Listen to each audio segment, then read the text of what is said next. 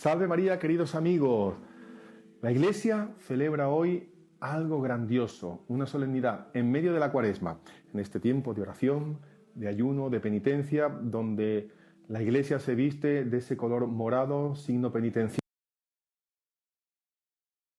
y de rechazo al pecado, interrumpe el ciclo con el Domingo de Letare, el cuarto domingo de Cuaresma, pero con la solemnidad que celebramos hoy, San José, el gran patriarca San José, de tal manera que la Iglesia, dentro de ese ciclo cuaresmal, encaja la solemnidad de San José, el patriarca San José, el que fue puesto por Dios desde toda la eternidad para ser el Padre de Dios hecho hombre, el Padre putativo de Jesucristo nuestro Señor, el esposo de la Santísima Virgen, aquel que iba a cuidar y celar por el buen nacimiento y el desarrollo del niño Dios, para alcanzar después, para llegar después a la crucifixión, a la redención, para salvar al hombre.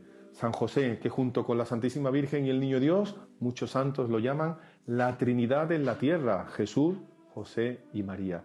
Pues vamos a hablar hoy, y tenemos aquí a San José presente con nosotros, pues justamente vamos a hablar de lo que está haciendo San José ahora mismo.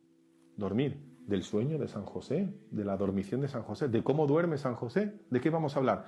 De los sueños de San José y la importancia de esos sueños y cómo Dios habla a través de los sueños y cómo Dios hace que los hombres tengamos que estar siempre atentos, prestos y dispuestos a oír la voz del Señor, incluso en los sueños. Calderón de la Barca decía que los sueños son, pero en este caso vamos a interpretar los sueños de San José porque tienen una trascendencia y una importancia sin igual. Y lo vamos a ver ahora. Son 4 los sueños que el evangelista nos narra del patriarca San José. Y vamos a ver qué significaba cada uno, la importancia de cada sueño y cómo San José actuó y trabajó su persona en función de la Trinidad en la tierra, del Niño Dios y de la Santísima Virgen. Cómo San José estuvo y puso su corazón presto a obedecer lo que Dios quería. Vamos a ver entonces los 4 sueños de San José, por eso tenemos aquí al patriarca durmiendo con nosotros.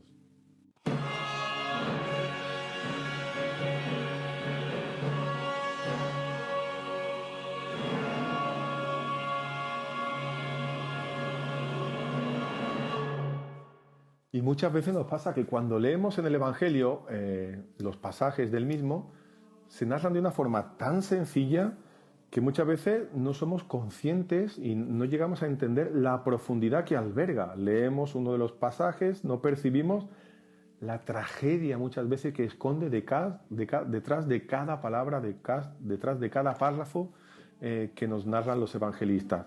No somos enteramente conscientes de los momentos angustiosos por los que los personajes del Nuevo Testamento pasan y se nos narra en el Evangelio de esa forma tan sencilla. Es el caso de San José.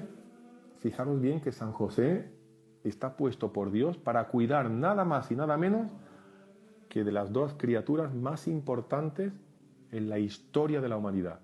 Una, la Santísima Virgen, esa criatura concebida en gracia, en la plenitud de la gracia, llamada a ser la Madre de Dios, llamada a ser la Virgen de las Vírgenes, llamada a ser la Reina de los ángeles de toda la creación. Y la otra criatura, en cuanto hombre, es el propio Dios, Dios que se hace hombre y se encarna por obra del Espíritu Santo en el seno virginal de María, ¿no? Y nace como un niño de carne y hueso, como tú, como yo, como todos los que nos escucháis. Y San José está puesto, hemos dicho, para cuidar y celar de ellos. Y la actuación de San José no es fácil, es muy compleja. Y sin embargo, Dios le habla, pero le habla por sueños. Fijaros, el primer sueño que nos narra el evangelista, y es San Mateo el que principalmente nos narra, el que nos dice: no temas aceptar a María, tu mujer, porque lo engendrado en ella proviene del Espíritu Santo. Dará a luz un hijo, y tú le pondrás por nombre Jesús, porque él salvará a su pueblo de sus pecados. Esto nos lo cuenta el evangelista Mateo en el capítulo 1, en los versículos 20 y 21. Y es curioso porque eso se lo dice el ángel en sueño. Y fijaros, la primera actitud de San José, ¿cuál es?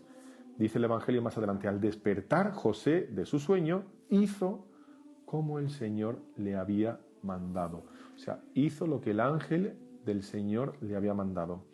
Después de los santos desposorios, José y María se establecen en Nazaret. Evidentemente el santo patriarca no tardó en darse cuenta de que la Virgen estaba encinta. San José estaba muy versado en las Sagradas Escrituras, conocía perfectamente los profetas, conocía todo. La sospecha de que el Mesías debía nacer de una virgen de la casa de David, él tenía conocimiento de eso. Por eso dice San Juan Crisóstomo una cosa muy interesante. Dice, cuando conoció el embarazo de su mujer, supo que era ciertamente obra del Espíritu Santo, pues de lo contrario ni la habría tenido dentro de casa ni la sustentaría a ella. Entonces nos preguntamos, ¿por qué quiso abandonarla? ¿Por qué tuvo esa perplejidad? San José tuvo esa perplejidad y tuvo ese deseo de abandonarla. Si él sabía y conocía perfectamente, como nos dice Crisóstomo, que la criatura que iba a nacer era del Espíritu Santo. Pues San Bernardo nos da la clave y es muy interesante porque San Bernardo hace esa comparación con San Pedro. Cuando San Pedro, delante de ver los prodigios que obraba el Señor, le dice, apártate de mí, Señor, porque soy un pobre pecador, no soy digno de estar delante de ti. A San José le sucedió lo mismo. No dudó en ningún momento de la santidad de la Santísima Virgen, jamás, ni se le pasó por la cabeza. Él sabía que lo que se engendraba en su vientre, en el claustro materno, en el claustro bendito de ella, era obra del Espíritu Santo. Sabía que ella era santa, santísima, que estaba en la plenitud de la gracia. Sin embargo, como San Pedro, apártate de mí, no soy digno. San José se reputaba indigno y pecador. La propia Santísima Virgen le dice a Santa Brígida siglos después, le cuenta este suceso y se lo dice así: no concibió contra mí siniestra sospecha el patriarca. Recordó entonces todo lo dicho por los profetas, o sea, tenía un conocimiento pleno de la Sagrada Escritura, que el Hijo de Dios debía nacer de una madre virgen y se reputó indigno de servirme, hasta que por sueños el ángel depusiera su temor y con caridad me sirviera. De esta manera nosotros vemos a San José preso ¿de qué? Del asombro, de la duda, de la perplejidad y el temor propio de todo ser humano. Tú y yo también, ¿cuántas veces delante de actuaciones o signos que Dios hace que no sabemos cómo actuar? Sin embargo, San José actuó de una manera perfecta. Fijaros, hoy en día vemos el tema de la encarnación y lo entendemos perfectamente, pero poneros en la situación de aquella época, no lo entendían, sería difícil entenderlo. Sin embargo, se fiaban de Dios. Que Dios se encarnase en un ser humano era algo prácticamente absurdo. San José fue puesto en el umbral del misterio. Dios quiso ponerlo en esa fimbria del misterio, del conocimiento, del designio de Dios, y de tomar esa responsabilidad. Esta disyuntiva a San José le hizo sufrir enormemente. ¿Por qué? Porque no ha habido, fijaros bien, no ha habido una perplejidad más grande en la historia de la humanidad, mucho menos en la historia de la Iglesia. Nunca hubo algo así. Salvó quizás San José con esa fidelidad el efecto que la pasión de Cristo causó a los apóstoles. O sea, los apóstoles pasaron por algo análogo a lo que San José sufrió en ese momento. Esa perplejidad grandísima llevó a San José ¿a qué? A rechazar a la Virgen María, pero no por considerarla pecadora ni que ella hubiese sido infiel a lo que Dios quería de ella, sino ¿por qué? Porque él no quería intervenir ni inferir en los planes que Dios había dispuesto para la encarnación de su Hijo. Y su decisión fue honestísima, santísima. De hecho, en el Evangelio se nos dice que San José era un hombre justo, un hombre justo. En la Sagrada Escritura del Antiguo Testamento significaba un hombre santo, un hombre que estaba en la plena comunión con Dios. Solamente se detiene en esa actuación que él quería hacer de abandonar a la Virgen por el sueño del ángel. Fue quizá el sufrimiento y la purificación, que ese sufrimiento obró en él lo que dispuso para el conocimiento y la comprensión de lo que significaba realmente la revelación que el ángel le hace. San José no estaba lleno de gracia como la Santísima Virgen. Ella fue creada en la plenitud de la gracia y necesitaba de una preparación. He aquí, como todo sufrimiento bien aceptado, todo sufrimiento bien aceptado nos lleva a nosotros a la purificación. De la purificación nosotros tenemos y llegamos a la capacidad de percibir los designios de Dios. Este es el primer sueño de San José y esta es el primer gran, digamos así, moraleja y enseñanza que nos da San José.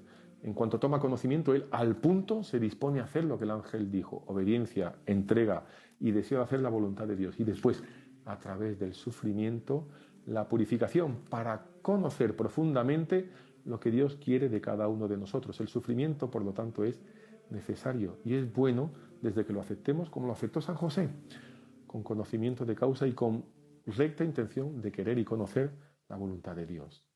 Y fijaros, vamos al segundo sueño de San José, que nos narra también Mateo, en el capítulo 2, en el versículo 13. El niño Dios había nacido ya, vivían en Belén, y el ángel le dice: levántate, toma contigo al niño y a su madre, y huye a Egipto.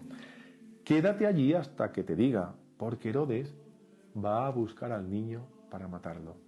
De repente, sin previo aviso, sin ninguna preparación, ningún atisbo siquiera de confusamente poder entender lo que pasaba, el ángel le da esa notición. O sea, levántate, toma contigo al niño y huye. Vete a Egipto, vete a otra tierra, vete a tierra extranjera, donde no tienes a nadie, donde no conoces a nadie. La revelación de un peligro inmediato y grave introdujo el temor y el desasosiego en San José. Lo veíamos en el sueño anterior, donde antes se vivía paz y serenidad, de repente todo queda turbado, todo queda removido. La revelación, encima de todo, fue acompañada de un mandato, y un mandato que le urgía: levántate, o sea, es un imperativo, ¿no? Antes, en una acción casi antes de poderse hacerse cargo de lo que ocurría, o sea, ¿qué pasaba? ¿Qué está sucediendo? O sea, antes de tener un conocimiento pleno de todo, el ángel le dice y le manda. Quien haya experimentado en su corazón algo así, entiende perfectamente lo que eso conlleva en la perplejidad y en el desasosiego del hombre. Eso hace que la persona se sienta confusa, desconcertada, intranquila, se queda paralizada, como que no sabe cómo actuar o para dónde ir. Y todo eso acompaña ese estado en el cual la persona de repente entra en un shock. Debió ser muy duro y desconcertante para San José. Y lo que hacía aún peor todavía eso era la ignorancia del porqué de algo que nos sobreviene de improviso. Cuando uno no conoce, ni tiene conocimiento, ni sabe el porqué de algo, ese sufrimiento se multiplica. Imaginaros que le dicen a uno de ustedes: no, es que mire usted tiene una enfermedad grave, ¿no? Y posiblemente viva 1 o 2 meses. Bueno, pues ya uno tiene conocimiento y sabe que el sufrimiento va a ser de 1 o 2 meses. Es durísimo, pero como que uno dice: bueno, esto va a durar tanto. Pero imaginaros que dice: no, vas a tener una enfermedad y no sabemos cuánto vas a durar. Y el sufrimiento será continuo y no... El sufrimiento como que se multiplica. O sea, la ignorancia del término o de lo que va a suceder hace que ese sufrimiento se multiplique. El Evangelio continúa con una expresividad maravillosa. Y me olvidaba de algo. Fijaros que San José actúa de una manera fabulosa. No se detienen lamentos estériles. Ay, ¿y por qué? Y ahora tengo que ir, y fíjate, y no tengo dinero, y no tengo una mula para llevar. No. Porque nos va a decir: no hubo dilación. Tomó al niño y a su madre. O sea, San José desperta del sueño, tiene ese mandato del ángel, o sea, del Señor a través del ángel, y él se pone en camino, decidido. En ningún momento se muestra asustado y apocado, perplejo, confundido, sí, pero asustado, apocado. San José, jamás. Era un hombre enérgico, que sabía enfrentarse y sabía enfrentar los problemas que se le ponían delante de él, porque sabía que tenía una responsabilidad y una vocación grandísima. Él sabe salir adelante de las situaciones más difíciles, asume con responsabilidad plena, ¿no? Y con iniciativa. Asume la decisión y la lleva hasta sus últimas consecuencias. Qué gran ejemplo. Cuando nosotros tengamos pruebas así, el saber obedecer lo que Dios quiere, conocer lo que Dios quiere de cada uno de nosotros y tomar esa decisión enérgica, definitiva y que nos lleva adelante. Ahora bien, vamos a hacernos una pregunta. Podría uno decir: ¿por qué no podía Dios desbaratar los planes de Herodes? Herodes quería perseguir al niño para matarlo. ¿Por qué no hace que a Herodes le pase algo o que todo lo que él hace de repente se venga abajo? ¿Acaso Dios no es omnipotente? Ah, amigo mío, ¿por qué huir tan rápido? ¿Habría algo que esconder? ¿Era necesario esa huida tan precipitada? ¿Acaso no habría otro medio de conjurar el peligro? Dios no podía hacerlo de otra manera. Fijaros bien, Esas preguntas se le podrían poner en la cabeza de San José. Sin embargo, San José obedece. San José es obediente hasta el extremo.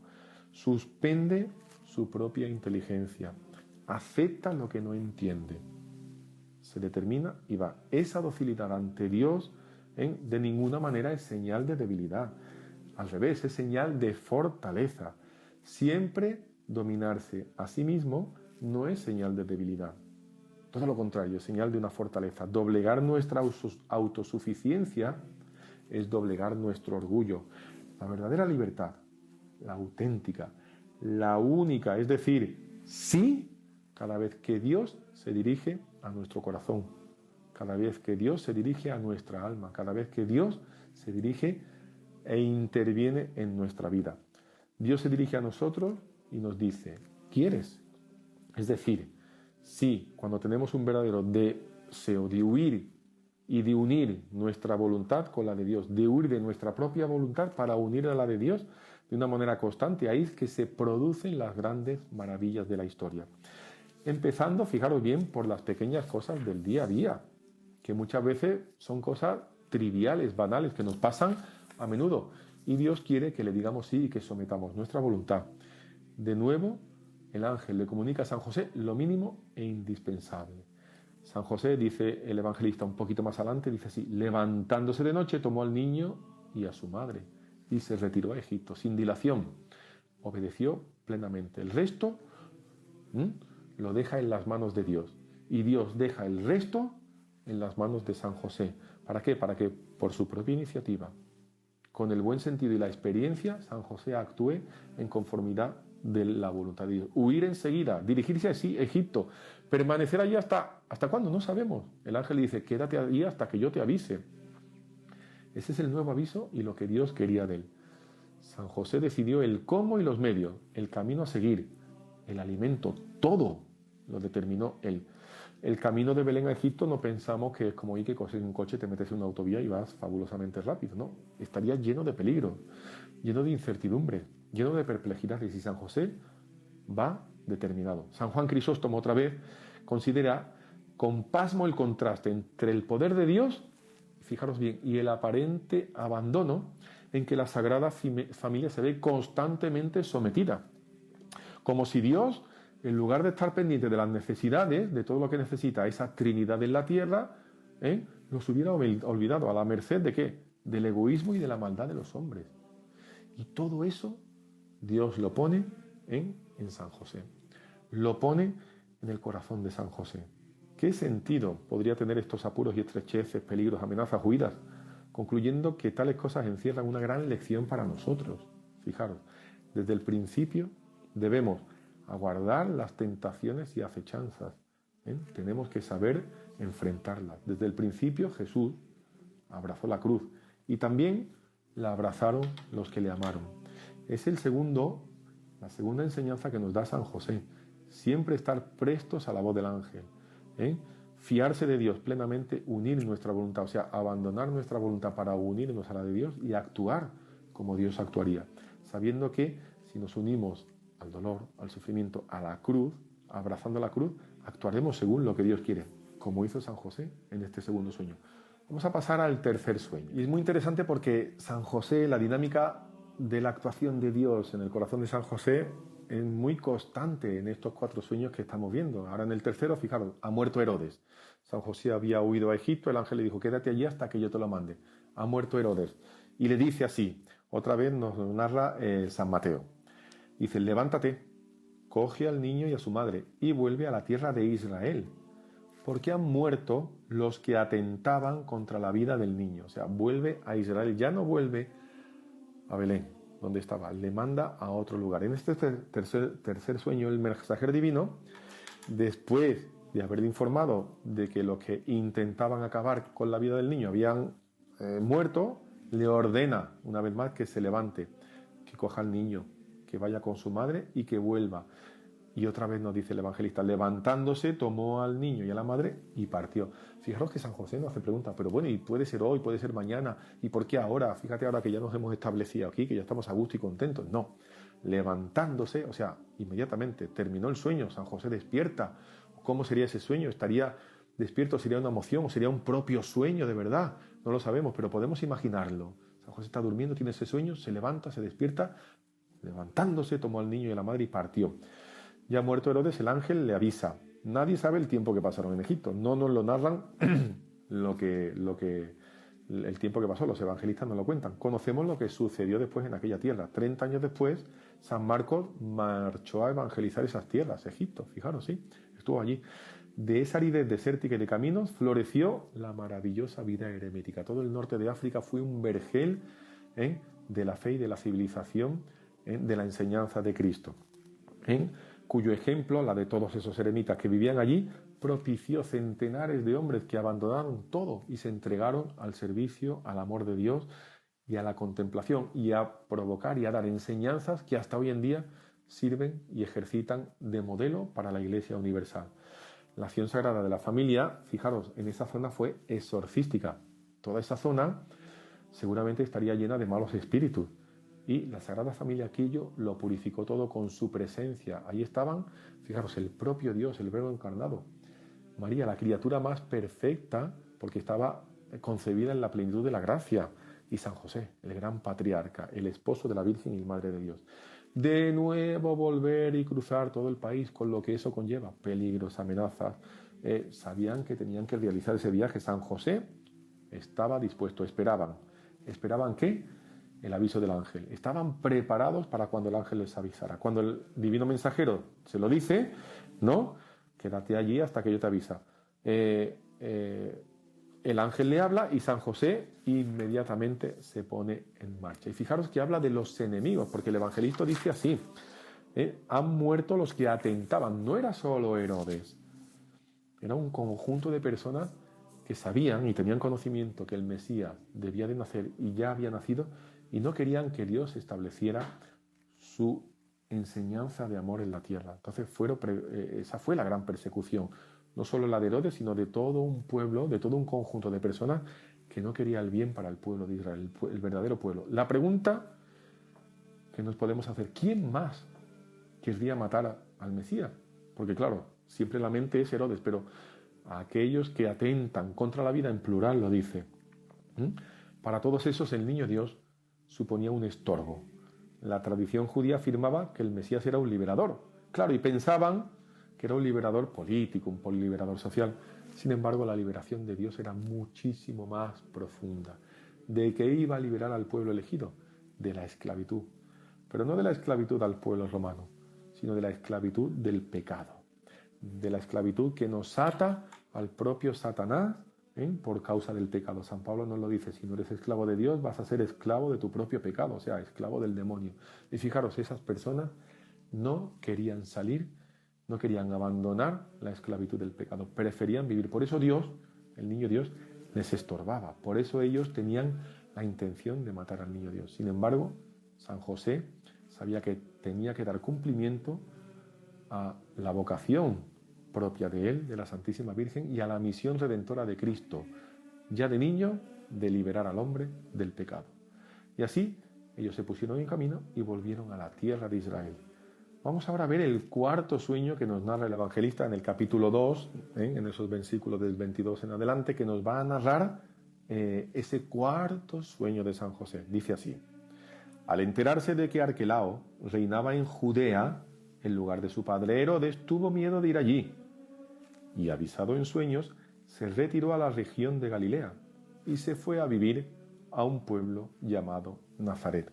Por eso el niño Dios será llamado Nazareno. Lo dirá el evangelista más adelante, y así se cumpliría la profecía de que será llamado el Nazareno. Pero fijaros, Dios le dice que vaya a Israel. San José se da cuenta que ha muerto Herodes, pero que está Arquelao. Si el uno era malo, el otro era peor. Y tuvo miedo. Fijaros, un hombre con tanta energía, con tanta firmeza, tan lleno del amor de Dios, tuvo miedo. El hombre, aunque esté en la gracia de Dios, aunque esté unido plenamente, a veces tiene miedo de los planes de Dios y de lo que Dios manda. Eso es natural. Sin embargo, si somos conscientes de que es lo que Dios quiere y que es lo mejor para nosotros, actuaríamos como San José actúa. Lo veremos ahora. Y será todo para gloria de Dios y para el bien de las almas. se fue a vivir a la región de Galilea, a un pueblo llamado Nazaret. O sea, se fue totalmente a otro lugar. Fijaros que, ¿dónde iría? ¿Con qué dinero iría? ¿A dónde se iba a hospedar? ¿Qué casa sería? No tenía nada. San José se fía plenamente. Ahora bien, el problema que se planteaba aquí, San José es muy diferente. Dice, el ángel no especificaba el lugar donde el niño iría a vivir. Tú dices, vete a la región de Galilea. ¿Vale? Es probable que San José tuviera la intención de regresar a Belén. Al fin y al cabo, era el lugar donde habían vivido y donde el niño había nacido y era la infancia. Belén estaba en Judea, donde le habían mandado antes Israel. Y claro, la tetrarquía, que los romanos habían dividido toda la región, habían dividido Palestina. La zona de Judea correspondía a Arquelao, ni más ni menos, hijo de Herodes, que era un pájaro, tan sanguinario como él o peor. Mientras la zona de Galilea, donde estaba Nazaret, gobernaba Herodes Antipas, bastante benévolo, al menos de momento, en comparación con todo lo demás. Según este pasaje del Evangelio que nos dice, se retiró a la región de Galilea. De ello extraemos que San José marchó a vivir a Judea, no muy lejos de Jerusalén. Belén probablemente pasaría un tiempo antes de que llegase a sus oídos las crueldades de Arquelao, y por ello se quedase muy preocupado. Otra vez más a San José le asalta la duda. Esa continua duda que San José tiene, pero que él, fiándose de Dios, la resuelve plenamente. De nuevo el temor invade a San José. San José era un hombre justo, pero no era insensible. Siente miedo. De nuevo el ángel viene a iluminarles en sueño ese camino de fe que San José tiene. Obediente una vez más a las indicaciones, como siempre la ha hecho, toma la decisión de cambiar de pueblo y se establece en Galilea. Fijaros que es totalmente dócil a lo que Dios quiere y a lo que la voz del ángel le va diciendo. Esto desconcertó totalmente a la gente de su tiempo. Fijaros, a la hora de identificar al propio Jesús como Mesías. ¿Acaso el Mesías vendría de Galilea? ¿No dice la Escritura que el Mesías vendría de la descendencia de David? La gente estaba dividida a causa de él, nos va a decir el evangelista Juan en el capítulo 7. Claro, porque tenía que venir de un sitio, pero él está en otro. Él nació allí, Belén, la casa y la ciudad de David, pero sin embargo ahora ha estado en Nazaret, ahora se va a Galilea. ¿Cómo es esto? Así que Jesús, aunque debería de haber vivido en Judea, se traslada, San José los lleva a Galilea, a Nazaret. Será llamado el Galileo. Y allí nace la obra, como nos cuenta el libro de los Hechos de los Apóstoles en el capítulo 10. Cuando Jesús resucita, ¿qué es lo que le va a decir a las santas mujeres? No temáis, avisad a mis hermanos que vayan a Galilea y allí me verán, lo dice Mateo en el capítulo 28. O sea, él se identifica con la región de Galilea. Por eso que sus seguidores también serán identificados como los galileos. Los galileos era una región muy peculiar. Decía los Hechos de los Apóstoles, ¿acaso los que hablan no son todos galileos? ¿Cómo es que los oímos en nuestra propia lengua? Dice el libro de los Hechos en el capítulo 2. La región de Galilea será entonces el escenario de la Sagrada Familia y será la región donde Jesús inaugurará su ministerio, su vida pública. Recordemos que para los tiempos, y en los tiempos donde nace Jesucristo, Galilea no era en sí la región más ortodoxa de los judíos, no era la región más, digamos así, más fervorosa en lo que se refiere al cumplimiento de la ley de Dios. De hecho, el propio San Mateo, retomando y hablando de Isaías, dice, territorio de Zabulón y territorio de Neftalí, camino del mar, al otro lado del Jordán, Galilea de los gentiles, el pueblo que habita en las tinieblas vio una luz inmensa. El pueblo que habita en las tinieblas, o sea, vivían en el pecado, vivían apartados de Dios. A los que habitan en sombras de muerte, les amaneció la luz. No tenía buena fama Galilea. No era la región que diríamos sería como que la más católica, la que más obedecía a la ley de Moisés, la que más cumplía con los preceptos y mandamientos de la sinagoga, la que más estaba ansiosa por la venida del Mesías. No, al revés. Será una región en la que la gente practicaba poco, en que la fe estaba apagada o conspurcada o estaba deteriorada. En algunas ocasiones se deja de deslizar en otros evangelios esa condena contra los galileos. Dice así, solo esa maldita gente que no conoce la ley de Galilea, no salen profetas, va a decir Juan en el capítulo 7 cuando habla de esa discusión de Nicodemo con los fariseos. Cuando Nicodemo dice, ¿acaso vamos a juzgar a alguien antes de oírlo? Dice, pues ¿tú te crees? O sea, esa gente, los galileos, es una región maldita. De ahí no salen profetas, de ahí no puede salir nada. ¿O acaso puede salir algo bueno de Nazaret? Dicen así. ¿Por qué? Porque era una región que menospreciaban. ¿Por qué? Porque era una región muy fría en relación a lo que Dios quería del pueblo de Israel. Sin embargo, Dios elige esa región para establecerse allí con la Sagrada Familia. Jesús era identificado como el Nazareno, el Galileo. Suponemos así este misterio. Será en aquel ambiente un tanto herético, poco practicante de la supuesta auténtica fe, que no estaba ajena a sincretismos religiosos y paganos, en donde la Sagrada Familia tendrá que dar razón de su fe y ser ejemplo. El Señor elige la región que no era bien visto. Cualquiera podría decir que aquella región y aquella familia sería aceptada como una familia más, y probablemente haya sido así, hayan pasado como desapercibidos. Sin embargo, no, lo que llama poderosamente la atención es que Cristo decidió y le dio poca importancia a proceder como profeta, saliendo y partiendo de un lugar tan desprestigiado. Sin duda fue un obstáculo, y no pequeño, para su apostolado. Sin embargo, él quiso que salir de esa región que estaba apartada, que no era la región más practicante de la ley, para enseñarnos y dejarnos su doctrina. Las probaciones que San José tuvo, en estos 4 sueños lo vemos perfectamente, formaron a un hombre para una vida nueva. Le fortalecieron, le instruyeron en la vida interior, y aunque antes haya poseído la nueva gracia, iba a darle a esa nueva gracia nuevos horizontes. Recordemos que a San José se le califica en el Evangelio como hombre justo, hombre santo. Él estaba ya poseído de la gracia de Dios, no solo por la propia persona, sino por la misión que tenía. Imaginaros una persona que ha convivido hombro con hombro, y mucho más que eso, con el propio Dios, con la Santísima Virgen, día y noche. Era un verdadero santo, pero un santo como no llegamos a nosotros a penetrar en la gran santidad y el poder de San José. Desgraciadamente, los hombres de hoy nunca llegan a saber quiénes son ellos mismos. Los hombres de hoy no saben ni quiénes son, ni a dónde vienen, ni a dónde van. Los hombres de hoy no saben vivir, no saben reír, no saben llorar, no saben amar, no saben sufrir, no saben convivir. Los hombres de hoy miran hacia afuera y se dejan llevar por todo lo externo, por el qué dirán, por el unanimismo del mundo moderno. Como se dice vulgarmente, donde va Vicente, va la gente. Y el hombre quiere ir donde va Vicente. ¿Por qué? Porque si se aparta, todo el mundo te va a señalar. La persona, de tanto mirar hacia afuera y de tanto prestar atención en el qué dirán o en el cómo me mirarán, se olvidan de lo más importante, que es de sí mismo. Acordaros que la caridad, el apostolado, empieza por la propia casa. Yo no puedo querer santificar a los demás si yo no soy santo o tengo el deseo de ser santo. Tanto miramos hacia afuera que ignoramos absolutamente lo que llevamos dentro y lo que somos.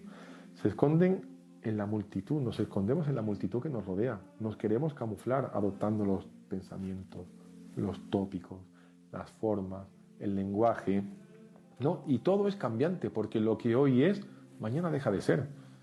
Lo que hoy era fabuloso y todo el mundo tiene y lleva, mañana ¿qué es? Queda en el olvido. Acordaros, los que me veis aquí, lo que hacíais hace 20, 25 años, 30 o quizás menos, 10, 15. Si lo hiciéramos hoy en día nos mirarían como si fuéramos un anticuado, como si estuviéramos rayados o pasados de moda.